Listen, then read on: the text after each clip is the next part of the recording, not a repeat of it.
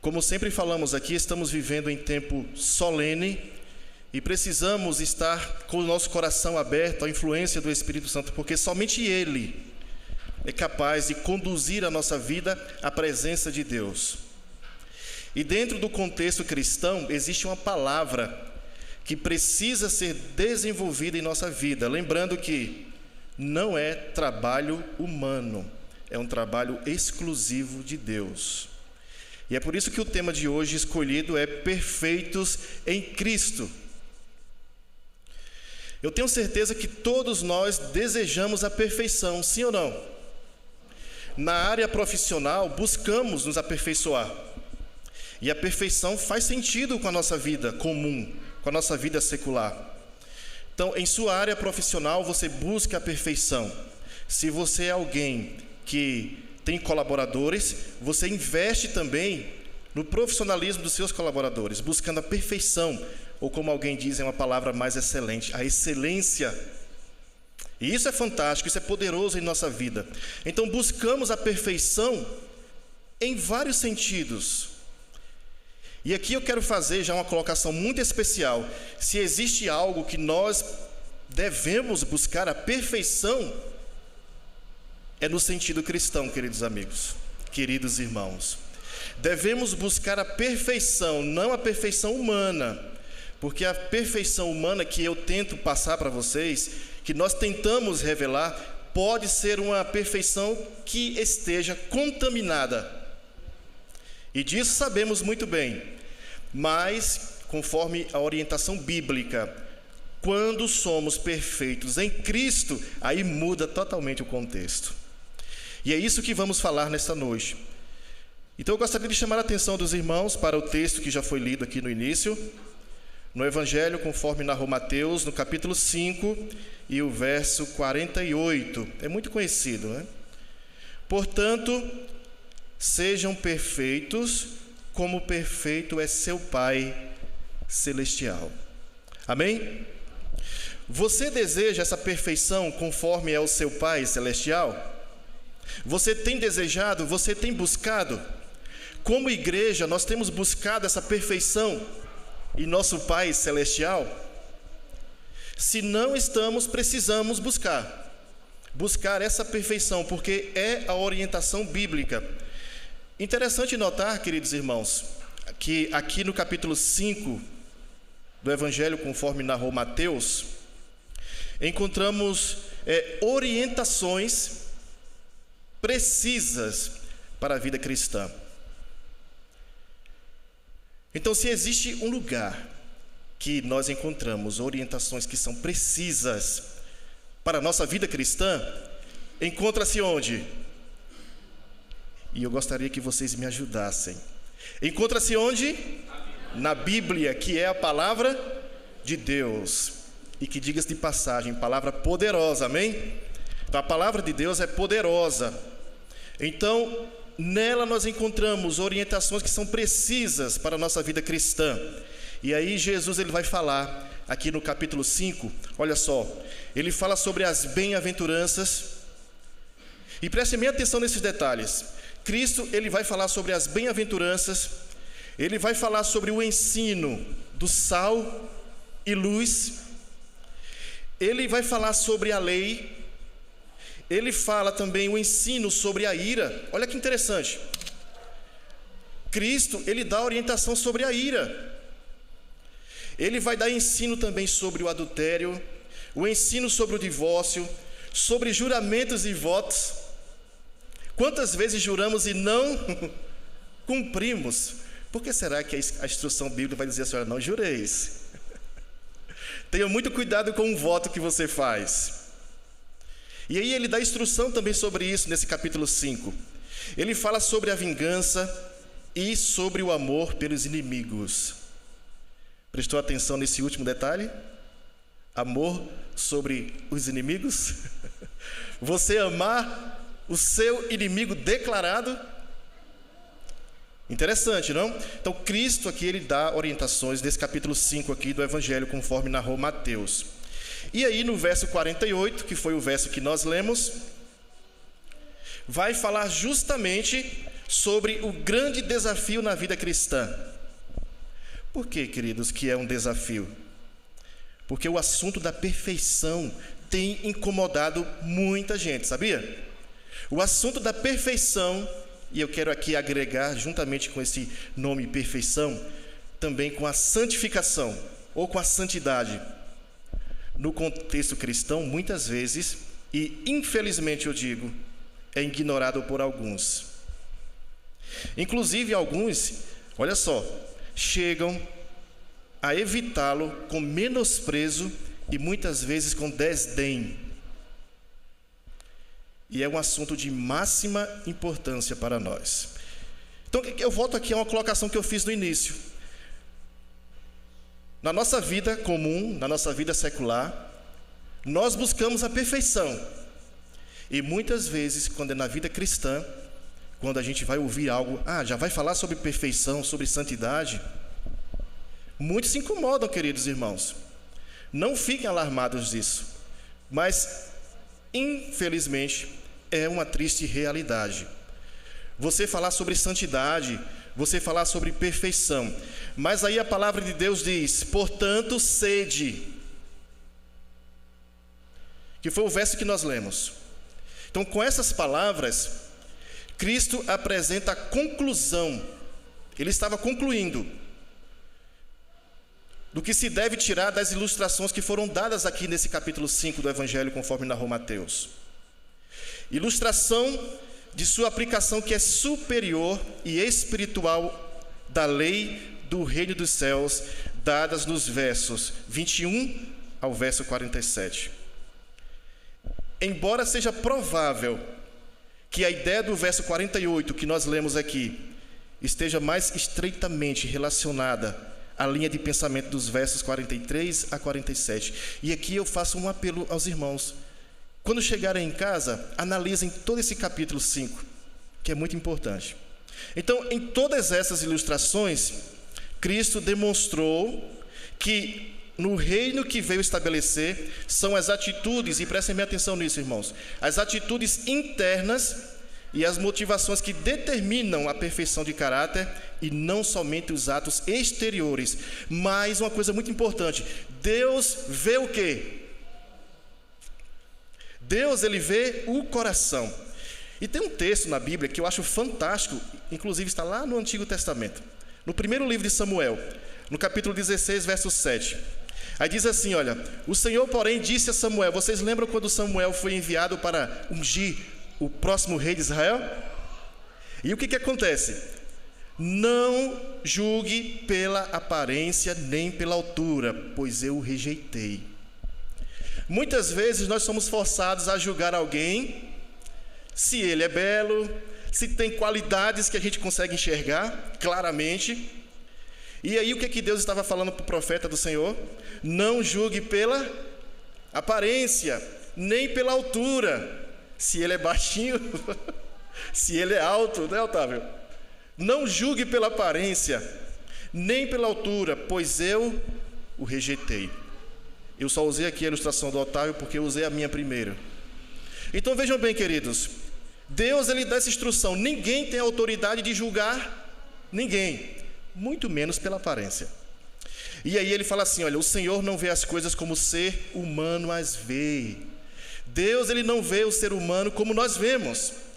As pessoas julgam pela aparência exterior, mas o Senhor olha para o coração. O Senhor olha para o coração.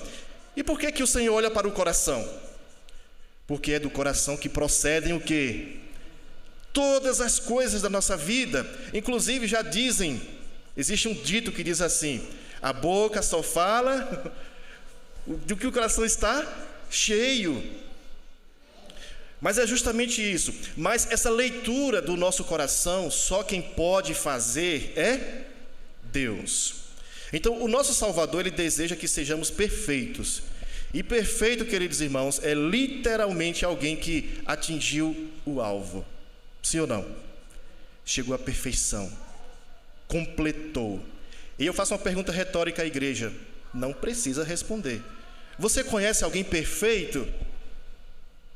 Nós conhecemos alguém perfeito? sinceramente, no seu coração você pode até pensar: eu sou perfeito, porque eu não sou como aquele pecador ali. Eu sou perfeito porque eu não faço igual ele. Os irmãos conseguem acompanhar o meu raciocínio? Então vejam bem, perfeito é literalmente alguém que atingiu o alvo. Então é importante entendermos que Jesus não se refere a uma vida isenta de pecado. Por quê? Porque a santificação ou a perfeição é uma obra progressiva. Você lembra, Renato, quando você começou a trabalhar com o que você tanto ama e faz até hoje? A experiência que você tem hoje é a mesma do início? Porque é progressivo. Na vida cristã, na vida espiritual também é assim. Inclusive, queridos irmãos, quantas pessoas se frustram em pensar que ser perfeito e santo é da noite para o dia ou do dia para a noite. Pessoas se frustram com isso. E a frustração no sentido espiritual é algo muito perigoso. Porque alguém que se frustra nesse sentido, somente Deus para curar. Somente Deus para trazê-la de volta, para entender que a perfeição e a santificação é um processo. Inclusive, como alguém já disse, é uma vida toda. E quanto mais você pensa que é santo, eu vou dar um recado para você. A inspiração diz assim: olha, quanto mais você se aproxima de Deus, e se você se aproxima mais de Deus, parece que já está numa esfera bem elevada, sim ou não? Mas aí vai dizer assim, quanto mais você se aproxima de Deus, mais você vai perceber algo. Vai perceber o quê? Como eu sou pecador, como eu sou falho. Nem tem coragem, inclusive, de olhar para cima para contemplar o semblante de Deus. Então vejam bem, queridos, o pensamento da perfeição deve ser entendido como algo que acontece durante a vida toda. Mas aí Jesus vai dizer: sejam perfeitos, como é perfeito o vosso Pai celestial. Então aqui nós entendemos que já é algo progressivo, não é? Eu quero trazer aqui um texto muito importante que eu achei, eu quero compartilhar conosco. É um texto inspirado, tá bom? Está na meditação matinal de 2009. Olha só, perfeição significa muito ser um firme cristão. Então, perfeição significa que você é um cristão, mas que é um cristão firme. E eu quero trocar aqui essa palavra por um cristão maduro, maturidade. Existe um livro do Augusto Cury chamado Código da Inteligência. Quem já leu esse livro? Eu indico, recomendo, porque você vai saber lidar com as suas emoções, a maturidade, a racionalidade para lidar com as situações. E a palavra de Deus diz, aqui no sentido espiritual, que perfeição, ou seja, a maturidade cristã, significa ser um cristão firme. Em todos os aspectos. Significa, olha só, andar com cautela diante de Deus. O que significa andar com cautela? O que é cautela? Uma palavra mais comum: ter cuidado. Ter cuidado, porque você está andando na presença de Deus. E como diz alguns queridos irmãos aí de algumas comunidades, você está andando na presença do Eterno, na presença do Eu Sou. E isso é solene. Agora vejam, queridos irmãos, o que disse o apóstolo Paulo quando ele escreve sua carta aos Filipenses, no capítulo 3, verso 12. Não estou dizendo que já obtive tudo isso, que já alcancei a perfeição.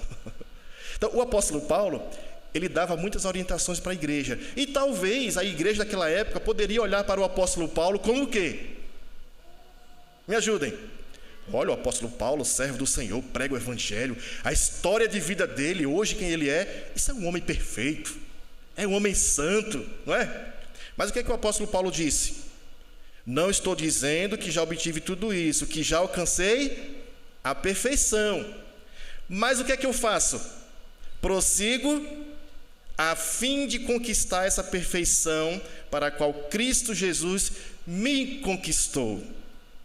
Quem conquistou primeiro? Então Cristo te chamou, irmãos, e agora eu vou falar com nossos irmãos pentecostais. Receba essa palavra do Senhor.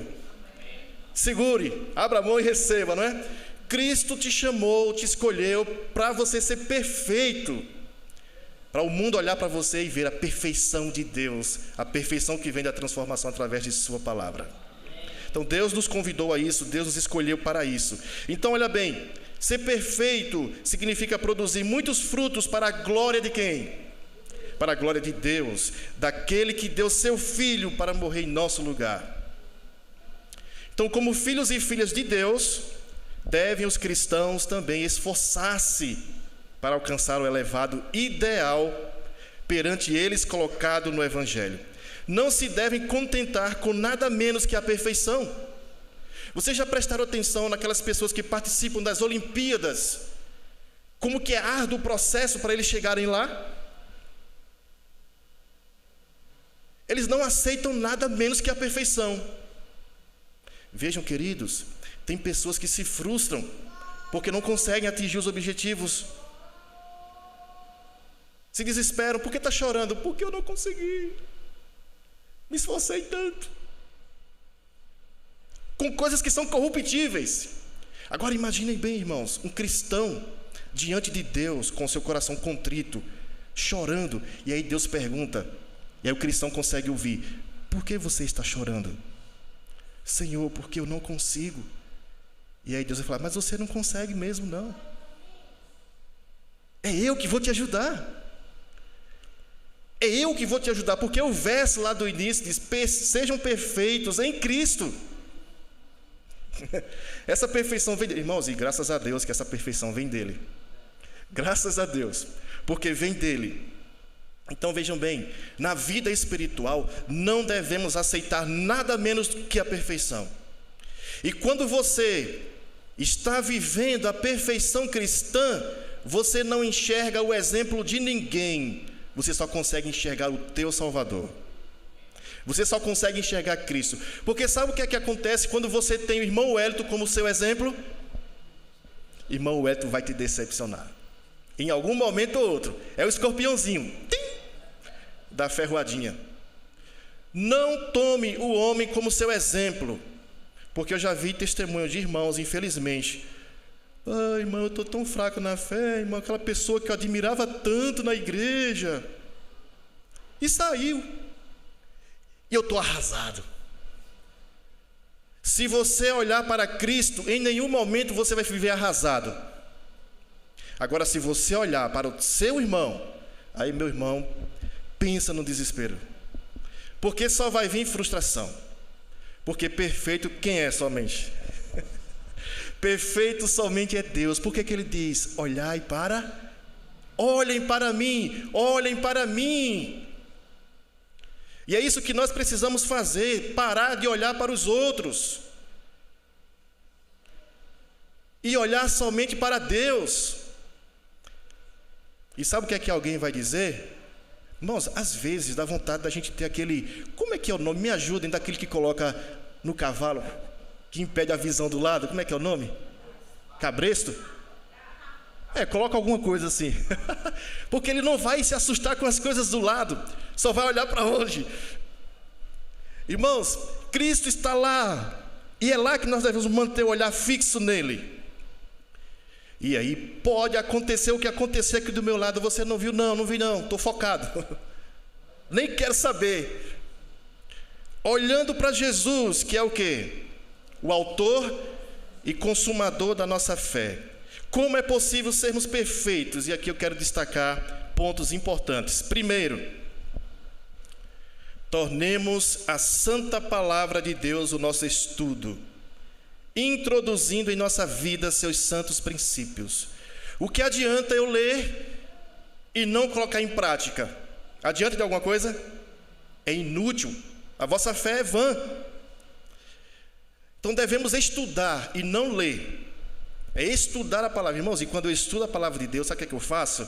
Eu aplico para a minha própria vida. E tem pessoas, eu já ouvi relato e testemunhos, eu leio alguns livros e a gente vê experiências de alguém e fala assim, que muitas vezes na vida dessa pessoa contava assim: eu ficava ansiosa, querendo lembrar, ou querendo saber qual que era o dia que eu ia pregar, para eu usar um texto que é para aquele irmãozinho lá, ele precisa ouvir. E próximo culto, ele que me aguarde.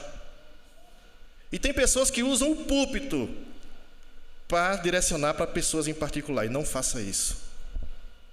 Não faça isso, porque a palavra de Deus ela é aplicada primeiro para quem, irmãos? Para a minha vida. E como diz o pastor Walter Rubens, ô lapada, quando a palavra de Deus nos atinge. Irmãos, e quando a palavra de Deus fere o meu coração, eu falo assim, então é isso que eu tenho que falar na igreja. Porque é para mim primeiro. E eu deixo primeiro o Espírito Santo falar comigo e fala, irmãos, e dói, machuca. Então, quando nós estudamos a palavra de Deus, Deus fala conosco. E aí vem algo muito importante. Nós precisamos colocar em nossa vida prática os princípios da palavra de Deus. Somente estudando a palavra de Deus. E aí tem um verso fantástico sobre a palavra de Deus, está no Evangelho conforme narrou João. Nós lemos esse verso no estudo que fizemos esse dia na casa de um irmão. João capítulo 17, o verso 17. Santifica-os na verdade, a tua palavra. Percebe? Só existe uma forma do homem ser perfeito, ser aperfeiçoado melhor, do homem ser santificado, se ele buscar a orientação e a instrução na poderosa palavra de Deus. Santifica-os na verdade. Quem foi que falou isso? Quem foi que falou isso? Santifica-os na verdade. Foi o próprio Jesus. Santifica-os na verdade, a tua palavra é a verdade. E sabe, irmãos, quando nós estudamos a palavra de Deus, nós encontramos o que Deus quer de nós. E não o que você quer de mim. Não o que a igreja quer de mim. No dia que você parar de pensar assim, o que a igreja quer de mim? Você vai ser um cristão muito melhor. No dia que você disser assim, o que Cristo quer de mim? Pensa como você vai ser uma bênção para a igreja. Porque nos preocupamos, o que a igreja quer de mim? Não faça isso, não faça isso, não faça isso. Você vai viver um cristão moribundo. Aí você carrega um fardo. Mas no dia que você pensar assim, o que Cristo quer de mim? Por que você vai viver feliz? Porque é alguém que te amou tanto, que deu a vida por você, e você vai estar disposto a fazer qualquer coisa por ele, sim ou não? Então fazer por Cristo. O que Cristo quer de mim?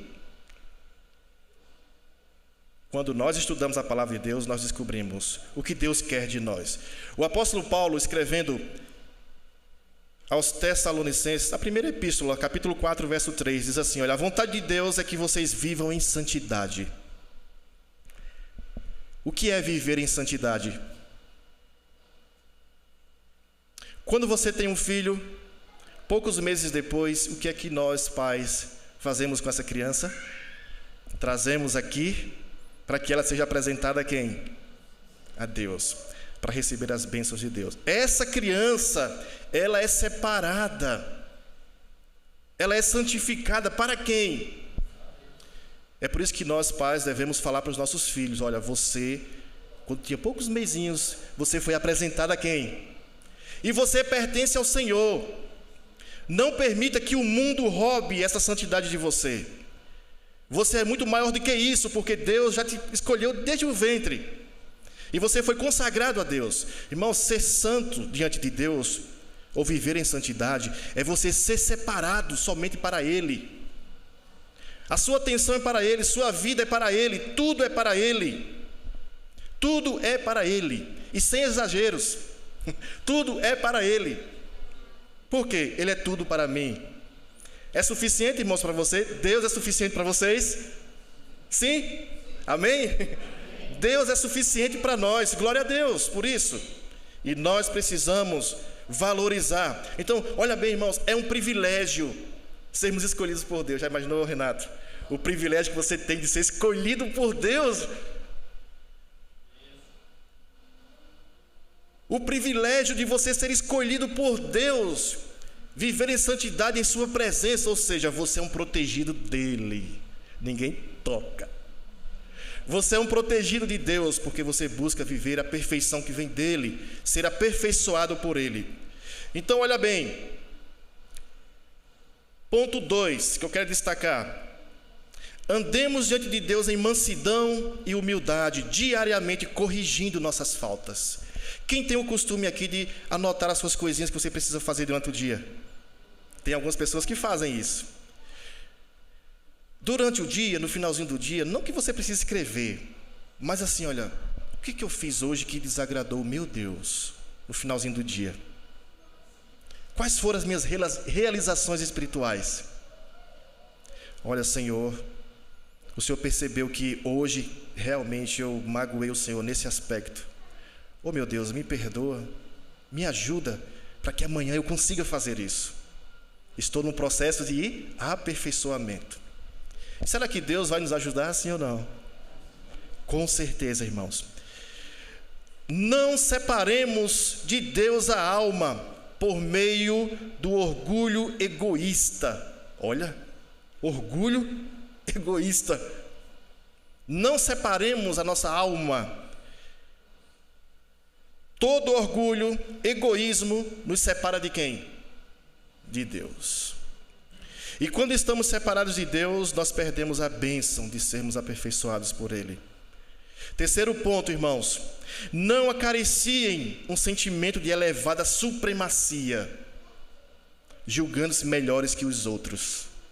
Eu consegui, não uso mais açúcar branco, só uso mascavo.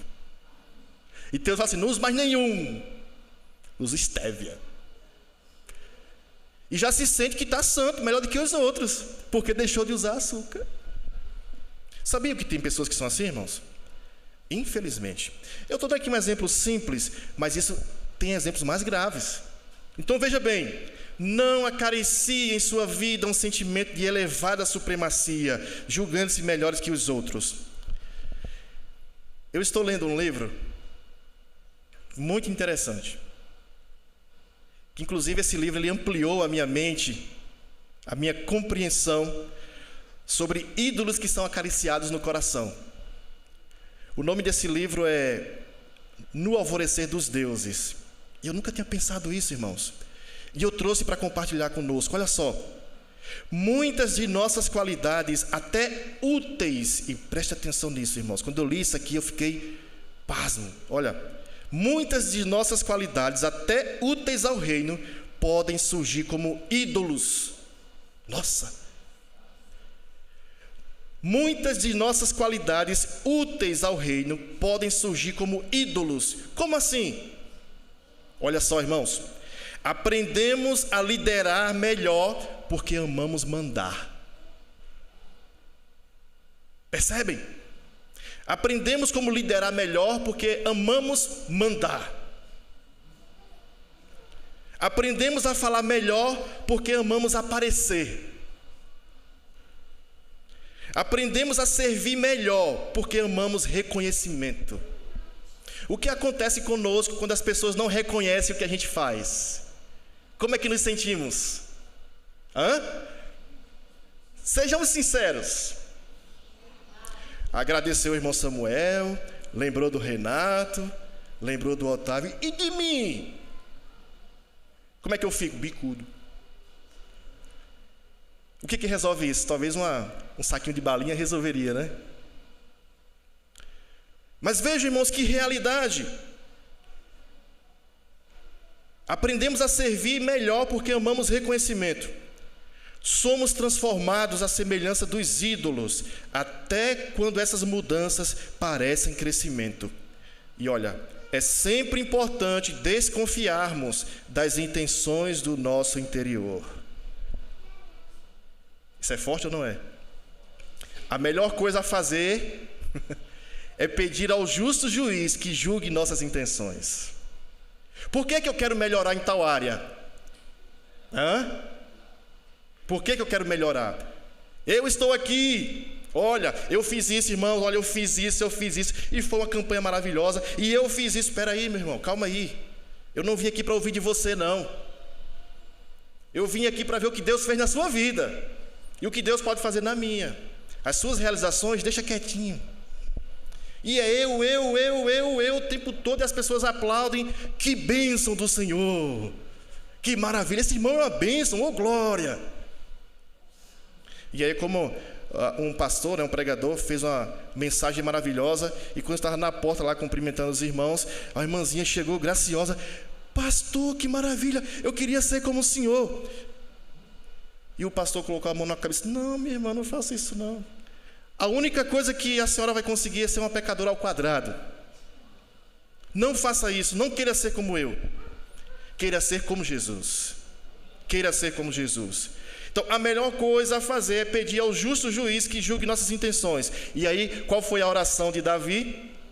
Sonda-me, ó Deus, e vê o quê?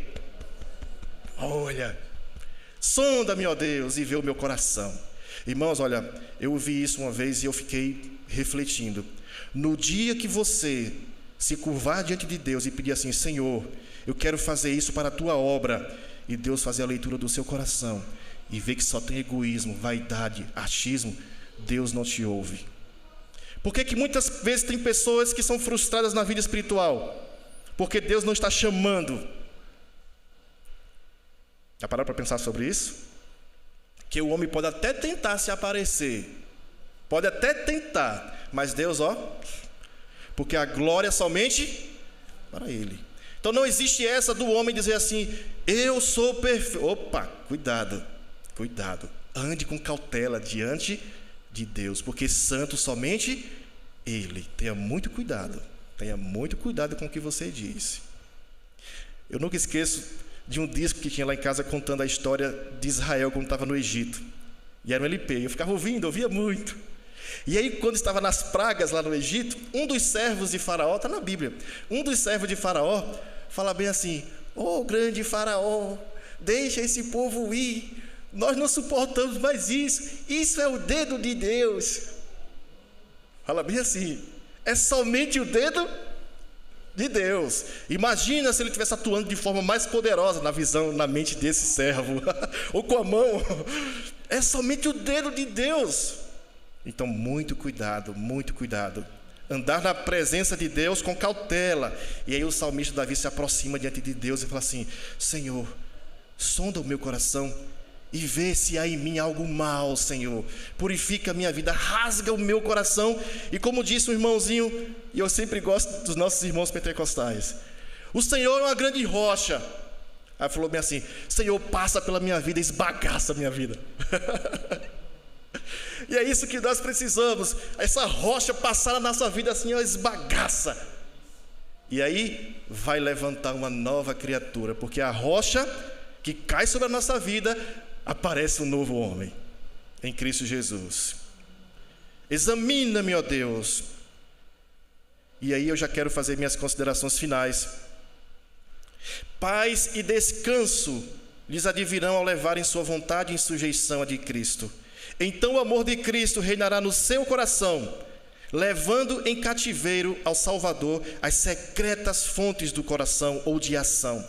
Aos que ouvem a verdade e se convencem de que vivem em oposição a Cristo, são condenados e arrependem-se de sua transgressão, confiando nos méritos de Cristo, nele exercendo verdadeira fé, recebem o perdão do pecado.